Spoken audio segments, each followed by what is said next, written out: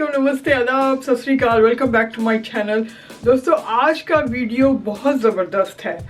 क्यों कि टाइम बहुत तेज़ी से बदल रहा है, रस्म और रवाज बहुत तेज़ी से बदल रहे हैं, हमारे कल्चर के उसूल बहुत तेज़ी से बदल रहे हैं।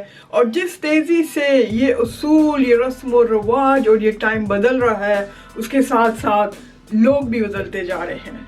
अब जाहिर है जब टाइम चेंज हो रहा है तो लोग तो बदलेंगे, लेकिन उसके साथ साथ लोगों ने ऐसी ऐसी हरकतें करनी शुरू कर दी हैं कि उन्हें खुद नहीं पता कि उनकी हरकतों की वजह से हमारे समाज में, हमारे माशरे में क्या इम्पेक्ट पड़ रहा है।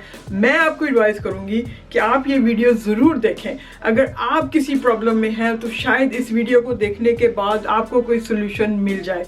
अगर आपके कोई फ्रेंड्स प्रॉब्लम्स में है एंड यू नो देम और वो आपको बात करते हैं, मशवरा करते हैं, you might get a solution in this video.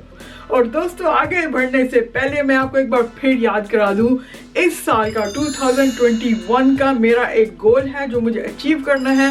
मुझे अपने चैनल पे 5000 सब्सक्राइबर्स अचीव करने हैं और आपके बगैर वो मैं अचीव नहीं कर सकती हूँ। मुझे आप सबकी मदद की ज़रूरत है, तो आप लोग जल्दी से सब्सक्राइब करें। आपका तो कुछ भी नहीं जाता, यूट्यूब किसी को कुछ चार्ज नहीं करता है सब्सक्रिप्शन पे, तो आप मुझे जल्दी से सब्सक्राइब करें और मेरे गोल को अचीव करने में मेरी आप मदद करें।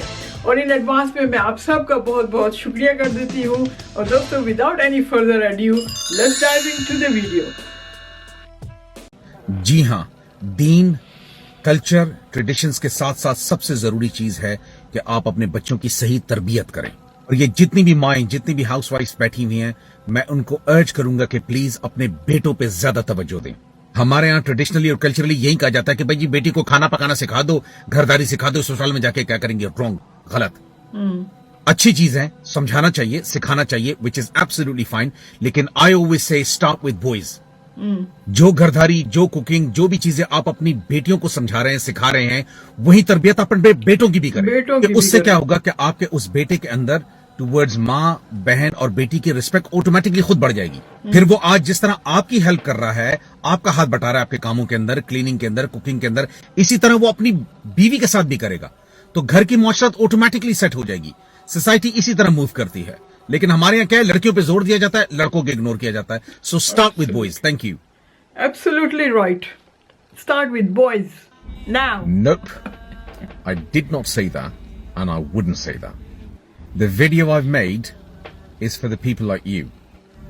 Do not use religion for your own benefit, just to benefit you. Please don't do that. Islam is so simple religion.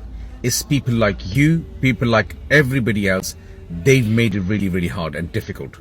सिर्फ नमाज पढ़ना, गुरुद्वारों में मत्थे टेकना या मंदिर की घंटियां बजाना रिलीजन नहीं है। ये हमारी सोसाइटी के नासूर हैं जो कलमे को, रोजे को, हज को, ज़कात को दीन समझ के बैठे हैं।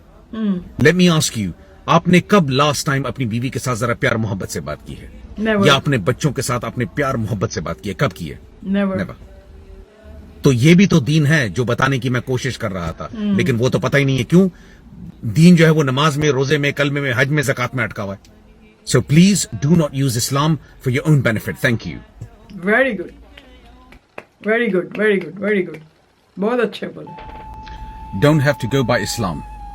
यार ये जो इस्लाम है ना, ये 2020 में नहीं आया है, ये 1500 years ago आया है। ठीक है, इस्लाम पहले भी इस्लाम था और अब भी इस्लाम है। उसको आप चेंज नहीं कर सकते कि ये पुरानी रवायात है।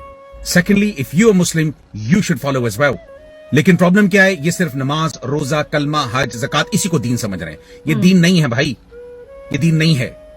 दीन में और बड़ी चीजें हैं जो आपको नहीं पता है। आपको शायद ये भी नहीं पता होगा कि आपकी वाइफ आपके ही बच्चे को अगर अपनी मर्जी से ब्रेस्ट फीड ना कराना चाहे तो ये हस्बैंड की रिस्पॉन्सिबिलिटी है कि उसके दूध का इंतजाम करे। ये बातें आपको कौन बताएगा? क्योंकि दीन जो है वो तो नमाज रोजे में अटका हुआ है। ये बातें किसी ने बताई नहीं है आपको। कुरान पढ़ा साल में एक दफा और पढ़ के उठा के रख दिया, उसका पता नहीं है कि कुरान के अंदर लिखा हुआ क्या है। इसलिए इस्लाम के अंदर वाइफ के अपने राइट्स हैं और हस्बैंड के अपने राइट्स हैं। तो इसको प्लीज कल्चर से, ट्रेडिशन से ये मत जोड़ें कि ये दीन में लिखा है। नो, और दीन पुराना नहीं है, आज भी वही दीन। Very good, well said. I am very much impressed. किसी ने मुझसे पूछा कि मोहब्बत क्या है। तो मैंने उसको कहा, मैंने कहा मोहब्बत जो है वो एक एहसास है, एक जज्बा है, आपके अंदर की फीलिंग्स हैं। बाज़ औक़ात कहते हैं ना, मुझे लव एट फर्स्ट साइट हो गया, मैंने देखा उसको और मुझे प्यार हो गया।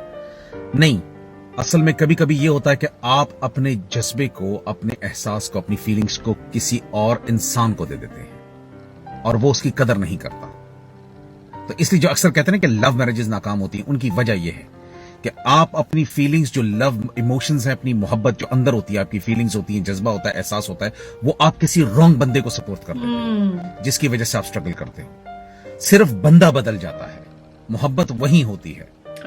कभी कभी ऐसा भी होता है, आप किसी रिश्ते में रहते हो लेकिन आप खुश नहीं होते हो। बहुत सारे रिश्ते ऐसे होते हैं जिसके नाम नहीं होते, लेकिन जब भी आप उसमें रहते हो आप खुश रहते हो। तो मोहब्बत जो है वो फीलिंग है, एहसास है, ये बंदे का नाम नहीं है। Thank you. Love is blind है, लव इज ब्लाइंड है। अब ये अनसक्सेसफुल मैरिजेस क्यों होती हैं, इसकी वजह क्या है?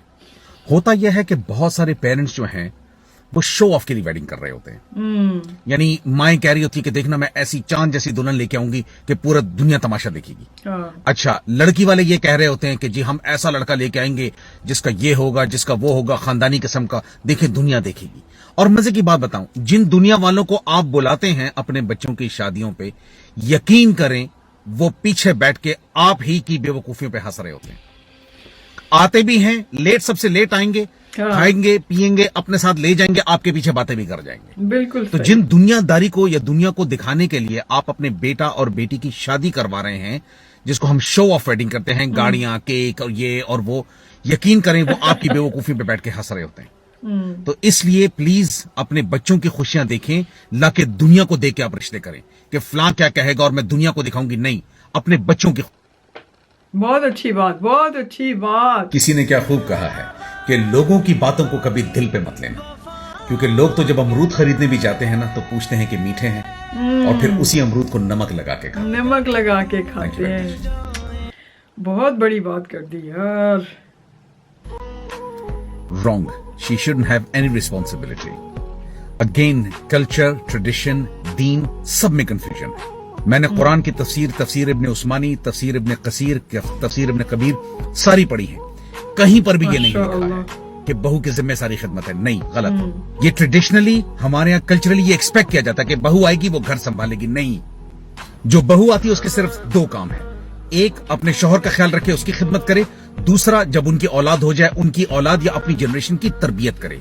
सास, बहू, ससुराल, नंदे, जेठ, देवर, किसी की खिदमत बहू के जिम्मे नहीं है। दूसरा, शौहर जोर नहीं लगा सकता अपनी बीवी पे, और जोर जबरदस्ती से, किसी धर्म में भी जोर जबरदस्ती नहीं है, कुरान में कहीं नहीं है, हदीस में कहीं नहीं, कुछ भी नहीं है। अगर वो करे खुशी से, अपनी खुशी से, वो ठीक है, लेकिन आप उस पर जोर नहीं लगा सकते।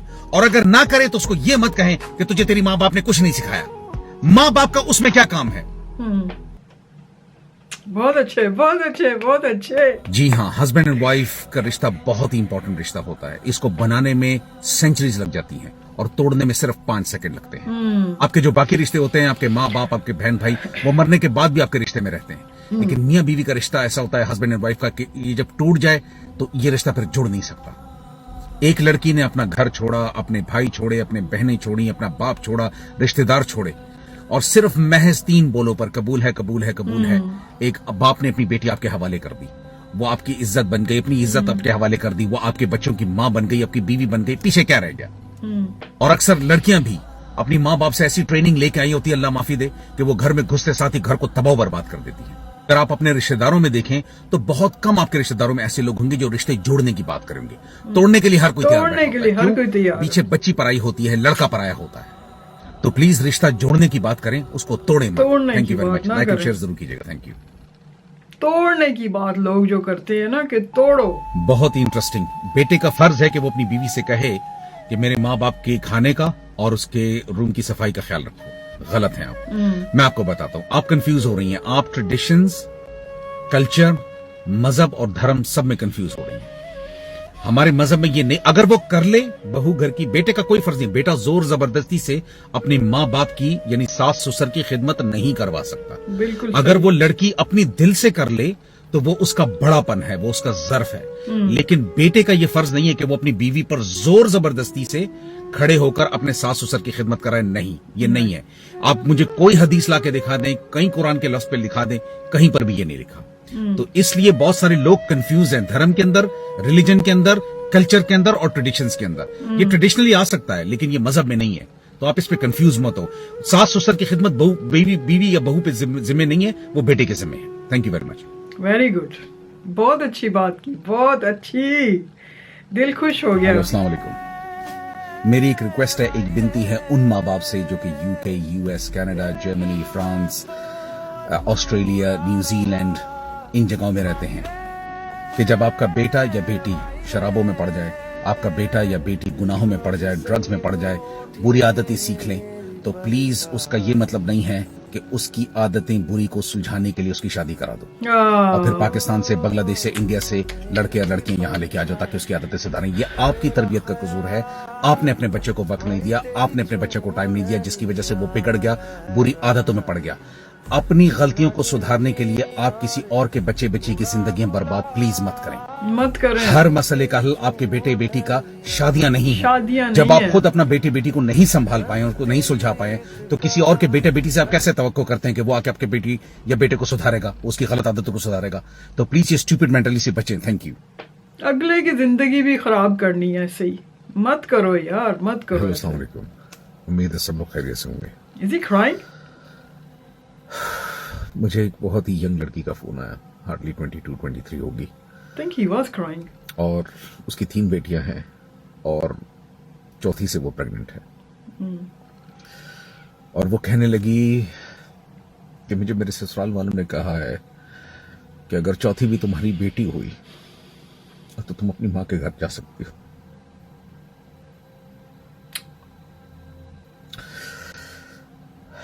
Very bad. पता नहीं किस दुनिया में लोग रह रहे हैं यार। बेटियां होने पे तलाक दी जा रही है।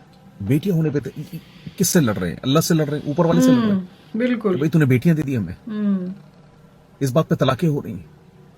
इतनी जहालत।